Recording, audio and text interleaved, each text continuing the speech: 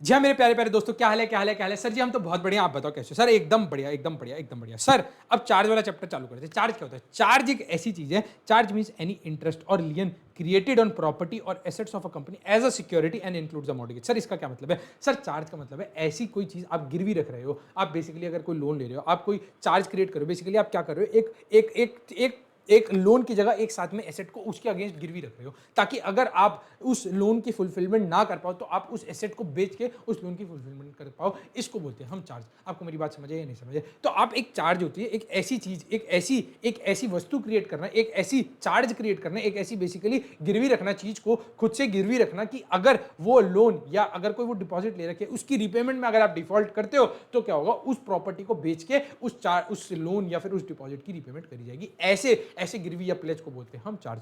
तो कंपनी अगर कोई भी चार्ज क्रिएट करती है तो उसकी क्या क्या कंडीशंस होगी, क्या क्या कैसी कैसी कंडीशंस कंप्लाई करनी पड़ती है अगर कोई भी कंपनी चार्ज क्रिएट करती है। तो आज एक एक करके देखते हैं। अब चार्ज को क्रिएट करना क्यों जरूरी होता है? तो need for registration of charge क्यों जरूरी है? Because it becomes public information and act as guide to know as to how much company has borrowed against its assets and from home. Charge को क्रिएट करने इसलिए जरूरी है क्योंकि company के जो फाइनेंशियल स्टेटमेंट्स है, अब कोई कंपनी जो है मान लो फॉर एग्जांपल लोन लेने जाती है तो कंपनी के जो बैंक होंगे जो लोन देंगे उन्हें पता होना चाहिए ना कि कंपनी ने कितना लोन दे रखा है, किस एसेट्स के अगेंस्ट लोन दे रखा है और किस किस को लोन दे रखा है। इसलिए need for registration of charge is very important, because जो स्टेक होल्डर्स होंगे कंपनी के, जो कि आगे जाके क्रेडिटर्स बनेंगे, डेटर बनेंगे, उनको एटलीस्ट ये चीज पता हो कि कंपनी कितने पानी में है। और ये कितने पानी में कब पता चलेगा? अगर कंपनी जो है चार्ज को रजिस्टर कराएगी। तो कंपनी जो भी है इस चार्ज को हमेशा रजिस्टर कराती है अगर कोई भी कंपनी के अगेंस्ट चार्ज क्रिएट होता है। Sir consequences of non registration होगा, अगर कंपनी रजिस्टर नहीं कराती चार्ज तो क्या होगा? Charge is void against the liquidator. अगर कंपनी बाद में कभी लिक्विडेशन में जाती है तो ऐसे चार्ज को हम वॉइड करार दे देंगे। हम मान लेंगे कि आपका चार्ज रजिस्टर हुआ नहीं था टाइमली, हम ऐसे चार्ज को जो है वॉइड करार दे देंगे और ऐसा चार्ज जो है मान्य नहीं होगा। इस केस में क्या होगा? अगर आपके जो पैसे कंपनी पे भी नहीं कर पाई तो भी आपके एसेट को बेच के कंपनी कोई भी पैसा नहीं देगी। ऐसे चार्ज को हम बोल देंगे वॉइड हो जाएगा। या during liquidation charge holder assume the status of unsecured creditor. ऐसे केस में क्या होगा? जो लिक्विडेटर होगा ऐसे चार्ज को जो कि आपने नहीं बनाया, तो ऐसे चार्ज होल्डर क्या है, इसको एज्यूम कर लेंगे कि ये आपका अनसिक्योर्ड क्रेडिटर है। तो जो चार्ज रजिस्टर होंगे, जो चार्ज सिक्योर्ड अच्छे से रजिस्टर होंगे, उन वाले चार्जेस के अगेंस्ट जो है पेमेंट हो जाएगी उन एसेट्स को बेच के। बट अगर आपका कोई चार्ज रजिस्टर नहीं हुआ तो ऐसे एसेट को या फिर ऐसे चार्ज को हम इनवैलिड कर लेंगे और अनसिक्योर्ड क्रेडिटर का करार दे दिया जाएगा। Subsequent charge holder gets a better title. जो भी आपका सब्सिक्वेंट चार्जर होल्डर होगा उसको बेटर टाइटल मिल जाएगा रादर देन आपको, बिकॉज आपने जो है चार्ज को रजिस्टर नहीं कराया था। अब आ जाओ, अब मेरी बात सुनो। दो तरह के चार्ज होते हैं, एक होता है फिक्स चार्ज और एक होता है फ्लोटिंग चार्ज। फिक्स चार्ज होता है ऐसा कि जो कि कंपनी के एसेट्स, जो कि आइडेंटिफिएबल एसेट्स होते हैं, for example plant and property, for example building, या फिर फॉर एग्जांपल कोई ऐसी फिक्स्ड एसेट जो कि हम देख सकते हैं, आइडेंटिफाई कर सकते हैं। बट ऐसे कोई कंपनी अगर चार्ज क्रिएट करती है जो कि अनआइडेंटिफाइबल होते हैं, for example company charge create करिए अगेंस्ट देयर वर्किंग कैपिटल। और वर्किंग कैपिटल तो आती जाती रहती है। वर्किंग कैपिटल के अगेंस्ट अगर आप चार्ज क्रिएट करते हो तो आप ये नहीं कह सकते आपने इन इन पार्ट्स के अगेंस्ट चार्ज क्रिएट करा था। ऐसा भी हो सकता है आपने कुछ ऐसे ऐसे पार्ट्स के अगेंस्ट क्रिएट कराओ जो कि ऑलरेडी बिक चुके हो या फिनिश गुड्स, तो वो अमाउंट ऑफ वर्किंग कैपिटल पे हमेशा ही चार्ज क्रिएट होता है। तो ऐसे जो चार्ज क्रिएट होता है जो कि फिक्स चार्ज होता है वो ऐसे एसेट्स पे होता है जो कि डेफिनेट है और वो हमें दिख सकते हैं और वो हमेशा प्रेजेंट रहते हैं। बट ऐसे चार्ज जो कि हम आइडेंटिफाई नहीं कर सकते एंड एसेट्स पे जो चार्ज क्रिएट होता है, ऐसे चार्ज को हम बोलते हैं floating charge. Created on property of a fluctuating, the property is not identifiable with respect to the floating charge. तो covered assets which are ascertain and definite, ऐसे land, building, plant and machinery, ऐसे charge को बोलते हैं हम fix charge. Charge is identifiable with respect to property. और floating charge होता है created on property of a fluctuating type, जिसके अंदर property is not identifiable with respect to a floating charge. अब आ जाओ मेरी बात। अगर आप कोई फ्लोटिंग चार्ज को फिक्स चार्ज के अंदर कन्वर्ट कर सकते हो, कब कब हो सकता है? When company goes into liquidation. जो आपको इस प्रोसेस को बोलते हैं, अगर आपको कोई फ्लोटिंग चार्ज फिक्स चार्ज में कन्वर्ट होता है, उस प्रोसेस को हम बोलते हैं क्रिस्टलाइजेशन। क्रिस्टलाइजेशन को बोलते हैं उस प्रोसेस को। अगर वो कब कब हो सकता है? अगर कंपनी लिक्विडेशन में जाती है, अगर कंपनी ने जो बिजनेस करी थी उसने कंपनी ने बिजनेस बंद कर दिया हो, या क्रेडिटर्स ने कोई ऐसा स्टेप ले लिया हो जिसके अंदर सिक्योरिटी को बेचने की नौबत आ रही है, तो ऐसे चार्ज में क्या होता है? आप कोई फ्लोटिंग चार्ज को फिक्स चार्ज के अंदर कन्वर्ट कर सकते हो। बिकॉज एक फिक्स चार्ज ऐसा चार्ज होता है जिसके अंदर क्या होता है, आपके एसेट जो है ऐसे, अगर आपका जो लोन है या जो आपने कंपनी को लोन दे रखा है, अगर वो रिकवर करना हो तो कंपनी अपने एसेट्स को बेच के आपके लोन को रिकवर कर सकती है। ऐसे एसेट के अंदर हम क्या करते हैं? फ्लोटिंग को फिक्स में कन्वर्ट करते हैं ताकि और सिक्योर हो जाओ आप। और इस प्रोसेस को हम बोलते हैं क्रिस्टलाइजेशन, जिसके अंदर कंपनी अगर कोई लिक्विडेशन में जाती है या फिर company ceases to carry on the business होता है, या फिर creditors take such steps to enforce the security, मतलब बेचने के लिए अगर कोई स्टेप्स लेते हैं, तो ऐसे ऐसे ऐसे ऐसे ऐसे ऐसे चार्ज को हम बोलते हैं क्रिस्टलाइजेशन ऑफ चार्ज। उसके बाद आते हैं duty to register the charge, आपको जो चार्ज है रजिस्टर कराना पड़ता है within 30 days with ROC.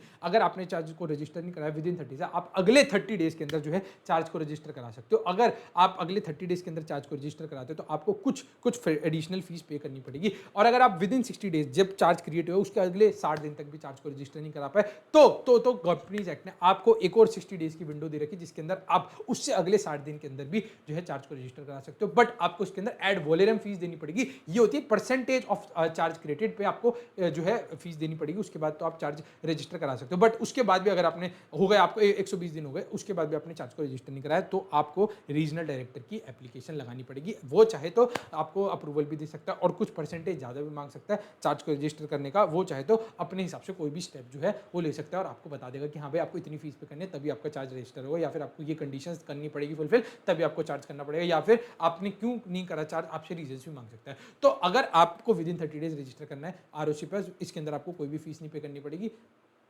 But अगर आप उसके पास क्या है, अगर आपके अंदर नॉर्मल फीस पे करनी पड़ेगी। अगर आप उस 30 डेज के अंदर नहीं कर पाते चार्ज को रजिस्टर, उसके बाद आपके पास 30 दिन की विंडो और दी गई जिसके अंदर आप कर सकते हो चार्ज को रजिस्टर। आपको थोड़ी सी एडिशनल फीस पे करनी पड़ेगी। उसके बाद भी अगर रह जाए तो अगले 60 दिन के अंदर आप चार्ज को रजिस्टर करा सकते हो। बट उसके लिए क्या है, उसके लिए आपको एड वॉलेरम फीस देनी पड़ेगी जो कि परसेंटेज ऑफ दैट चार्ज होती है। और उसके बाद भी अगर आप भूल जाए तो आपको एप्लीकेशन लगानी पड़ेगी रीजनल डायरेक्टर को। ROC shall issue certificate of registration. ROC charge को रजिस्टर करके आपको एक सर्टिफिकेट देगा CH2 के अंदर। उसके बाद application for registration of charge. If company fails to register, अगर कंपनी खुद से रजिस्टर करना भूल जाए तो कोई चार्ज होल्डर जिस अगेंस्ट बेसिकली जिसने लोन दिया है उसके अगेंस्ट एक चार्ज क्रिएट होना था। अगर कंपनी भूल जाए चार्ज को रजिस्टर कराना तो क्या हो सकता है, तो वो जिस बंदे के अगेंस्ट चार्ज क्रिएट होना था वो भी रजिस्टर करा सकता है। If company fails to register charge within 30 days, charge holder में अप्लाई फॉर रजिस्ट्रेशन। जो चार्ज होल्डर होगा वो अप्लाई कर सकते हैं रजिस्ट्रेशन के लिए। ROC shall give 14 days notice. ROC जो है 14 डेज नोटिस देगी किसी कंपनी को कि भाई तेरे चार्ज होल्डर ने बोला है कि चार्ज रजिस्टर करने के लिए अगर तेरे पे कोई सफिशिएंट कॉज है तो बता दे, वरना मैं इस चार्ज को रजिस्टर कर रही हूँ। Charge holder will be entitled to recover the fees, क्योंकि चार्ज होल्डर को जो भी फीस पे करनी पड़ेगी 30 डेज के बाद जो एडिशनल फीस पे करनी पड़ेगी चार्ज होल्डर के पास पूरा अधिकार है वो कंपनी से रिकवर करने का। उसके बाद आता है where charge is register any person shall deem to have notice of charge from the date of such registration. इसके अंदर क्या बोलता है, जो भी चार्ज क्रिएट होता है किसी भी पर्सन के पास पूरा अधिकार है उसकी नोटिस लेने का फ्रॉम सच रजिस्ट्रेशन। उसके बाद ROC shall keep a register of charges, it shall be open for inspection by any person और पेमेंट ऑफ फीस। आरओसी एक रजिस्टर ऑफ चार्जेस मेंटेन करती है। तो कोई भी कंपनी का मैं भी जाके किसी भी कंपनी का चार्ज जो है रजिस्टर का खुलवा सकता हूँ, बट मेरे को थोड़ी सी फीस पे करनी पड़ेगी आरओसी को और मैं उसकी चार्ज की पूरी डिटेल जो है अपने पास लेके आ सकता हूँ। मेरे को आरओसी को थोड़ी सी फीस पे करनी पड़ती है उस केस में। अब अगर रजिस्टर तो कर दिया अपने चार्ज, अब क्या हुआ, कंपनी ने सारा पेमेंट सब कर दिया तो आपका सेटिस्फाई हो गया चार्ज। अब इस चार्ज को सेटिस्फेक्शन के लिए भी आपको रजिस्टर करना पड़ेगा रजिस्ट्रार के साथ कि हाँ भाई आपका जो चार्ज है वो सेटिस्फाई हो चुका है। तो company to intimate ROC in CH4 within 30 days of satisfaction of charge. अगर आप सेटिस्फेक्शन ऑफ चार्ज कर रहे हो तो आपको कुछ पेमेंट और फीस करने के बाद सेटिस्फेक्शन ऑफ चार्ज आपको है रजिस्टर आरओसी के साथ करना पड़ता है in form number CH4 within 30 days of satisfaction. और पेमेंट आपने जो लोन का अमाउंट सारा चुकता कर दिया है, आप सेटिस्फाई कर चुके उस चार्ज को, तो क्या होगा, तो आपको आरओसी को with in 30 days in form number CH4 satisfaction of that charge register कराना पड़ेगा। Can be intimated with in 300 days of payment of additional fees. आप 30 डेज के बाद अप टू 300 डेज तक, मतलब 30 डेज के बाद अप टू 300 डेज तक आप एडिशनल फीस पे करके भी उस सेटिस्फेक्शन ऑफ चार्ज को जो है रजिस्टर करा सकते हो। Registrar to issue show cause और less than 14 days less than और equal to 14 days to the charter. अगर आपने जो है रजिस्टर चार्ज करा दिया तो रजिस्ट्रार जो है एक बार चार्ज होल्डर से दोबारा कंफर्म करती है। जैसे ऊपर जब चार्ज क्रिएट कर रहे थे तो क्या कंपनी को नोटिस दे रही थी, कौन दे रही थी, रजिस्ट्रार नोटिस दे रहा था 14 डेज का। अब यहाँ पे सेटिस्फेक्शन ऑफ चार्ज हो जाएगा। यहाँ पे अब आरओसी, अब इसके अंदर रजिस्ट्रार ने एप्लीकेशन लगाई सेटिस्फेक्शन ऑफ चार्ज की, इसके अंदर आरओसी किसको मौका दे रही है, इसके अंदर आरओसी दे रही है चार्ज होल्डर को मौका कि अगर तेरे पे 14 दिन के समय के अंदर तू बता दे कि तेरा सेटिस्फाई हुआ है चार्ज या नहीं हुआ है। अगर चार्ज तेरा सेटिस्फाई हो चुका है तो वैलिड होगा। If no show cause is shown, हम मान लेंगे कि भाई तेरा मेमो ऑफ सेटिस्फेक्शन हो चुका है चार्ज, और कंपनी जो है certificate of satisfaction of charge दे देगी CH5 के अंदर। और अगर आपने कोई शो कॉज दिखाया है इसके अंदर, कंपनी सेटिस्फेक्शन ऑफ चार्ज को रोक देगी और रीजन बता देगी क्या हुआ है, किस वजह से आपका सेटिस्फेक्शन ऑफ चार्ज नहीं माना गया। No notice where intimation to ROC. अगर आरओसी के पास CH4 गया है, किसने, कंपनी ने भी साइन करके दिया और चार्ज होल्डर ने भी साइन करके दिया, उस केस में रजिस्ट्रार जो है चार्ज होल्डर को कोई भी नोटिस नहीं भेजेगा 14 दिन वाला। If fact of satisfaction payment is not intimate, अगर 300 दिन भी आपके निकल गए सेटिस्फेक्शन ऑफ चार्ज के और आपने अभी तक भी जो है आरओसी को नहीं बताया, तो इसके अंदर central government on the basis condone कर सकती है आपका delay on the basis of reasonable cause. उसके बाद ROC to record satisfaction, ROC after receiving all the intimation कि भाई हाँ कंपनी ने सेटिस्फाई कर दिया चार्ज और चार्ज होल्डर ने भी कोई भी शो कॉज नहीं दिखाया, तो उस केस में क्या है, no intimation received from the company, ROC shall inform the affected person that charge has been satisfied within 30 days. अगर इसके अंदर कोई भी कॉन्ट्रवेंशन करता है कंपनी, उसके अंदर क्या होता है, कंपनी के अंदर इंप्रिजनमेंट कंपनी को तो हो नहीं सकती, हाँ भाई ऑफिसर को हो सकती है 6 महीने तक की सजा और मिनिमम फाइन कंपनी को लगेगा 1 लाख तक का, मैक्सिमम 10 लाख का, और इसके अंदर ऑफिसर को लगेगा मिनिमम 25,000 का फाइन और मैक्सिमम 1 लाख का, और उसको जेल और फाइन दोनों भी लग सकता है। Central government on satisfied that omission to give intimation to ROC या फिर ओमिशन और misstatement of any particular with respect to any change और modification of charge was accidental due to inadvertence और some other sufficient cause, central government में condone such delay. तो हमने ऊपर देखी थी जो सेटिस्फेक्शन ऑफ चार्ज था, सेटिस्फेक्शन ऑफ चार्ज है, जिसके अंदर 300 दिन से ज़्यादा के बाद भी सेंट्रल गवर्नमेंट जो है चार्ज को रजिस्टर कर सकती है, चार्ज को सेटिस्फाई का करार दे सकती है, बट उसके अंदर आपको ये बताना पड़ेगा कि आपने क्यों सेटिस्फाई नहीं करा था चार्ज, या तो कोई एक्सीडेंट की वजह से, मतलब एक्सीडेंटल गलती से आपसे छूट गया हो, या फिर कोई ऐसा सफिशिएंट कॉज हो कि हाँ भाई आपके पास बहुत काम था इस वजह से आप नहीं आ पाए, तो ऐसा कोई भी कॉज जो कि सेंट्रल गवर्नमेंट सेटिस्फाई होगी, उसके बाद आपका सेटिस्फेक्शन और रजिस्ट्रेशन ऑफ चार्ज वापस से कर सकती है सेटिस्फाई करके, कि आपको सर्टिफिकेट ऑफ सेटिस्फेक्शन दे देगी कि हाँ भाई आपने ड्यूली डिपॉजिट कर दी थी सारे पेमेंट और आपके ऊपर अब कोई भी चार्ज नहीं है। तो this is our chapter of charges. एक बार फटाफट से इसको दोबारा से एक बार फटाफट से रिवाइज करता हूँ। क्या होता है चार्ज? चार्ज एक ऐसी वस्तु है जो कि हम क्रिएट करते हैं किसके ऊपर, किसी की कोई बंदा लोन लेता है, कोई बंदा कोई प्लेज करता है, तो उसके अगेंस्ट कंपनी क्या करती है, एक एसेट को गिरवी रखती है। इनकेस अगर कंपनी लोन पे नहीं कर पाती उस चार्ज होल्डर के अगेंस्ट, तो उस चार्ज होल्डर के अगेंस्ट उस एसेट को बेच के उसको अपने पैसे रिकवर करने का पूरा अधिकार मिल जाता है। उसके बाद क्या होता है, उसके बाद अगर आप कोई भी रजिस्टर नहीं करते, तो आप अगर रजिस्टर नहीं करते तो आप लिक्विडेशन के टाइम पे अनसिक्योर्ड क्रेडिटर माने जाओगे, और ऐसे केस में क्या होता है, आपके अगेंस्ट जो चार्ज क्रिएट होता है वो वॉइड माना जाएगा और आपको बेटर टाइटल नहीं मिलेगा। फिक्स्ड और फ्लोटिंग में क्या डिफरेंस है? फिक्स्ड ऐसा चार्ज होता है जो कि आइडेंटिफाइबल एसेट्स के अगेंस्ट बनता है, और फ्लोटिंग चार्ज जो कि non identifiable asset fluctuating assets जैसे कि इन्वेंट्री इसके अगेंस्ट बनता है, और जैसे कि लैंड प्रॉपर्टी इन सब के अगेंस्ट बनता है। उसके बाद आपको चार्ज जो है 30 दिन के अंदर रजिस्टर करना पड़ता है। अगर आप 30 दिन के अंदर चार्ज को रजिस्टर नहीं कराते तो आपको अगले 30 दिन का समय दिया जाता है, उसके अंदर भी आप चार्ज को रजिस्टर करा सकते हो, बट आपको एडिशनल फीस पे करनी पड़ेगी। अगर जब भी रजिस्टर नहीं कराते तो आप अगले 60 दिन के अंदर जो है चार्ज को रजिस्टर करा सकते हो, बट आपको एड वॉलेरम फीस देनी पड़ेगी। उसके बाद भी अगर आप चार्ज को रजिस्टर नहीं कराते तो आपको एप्लीकेशन लगानी पड़ेगी रीजनल डायरेक्टर को।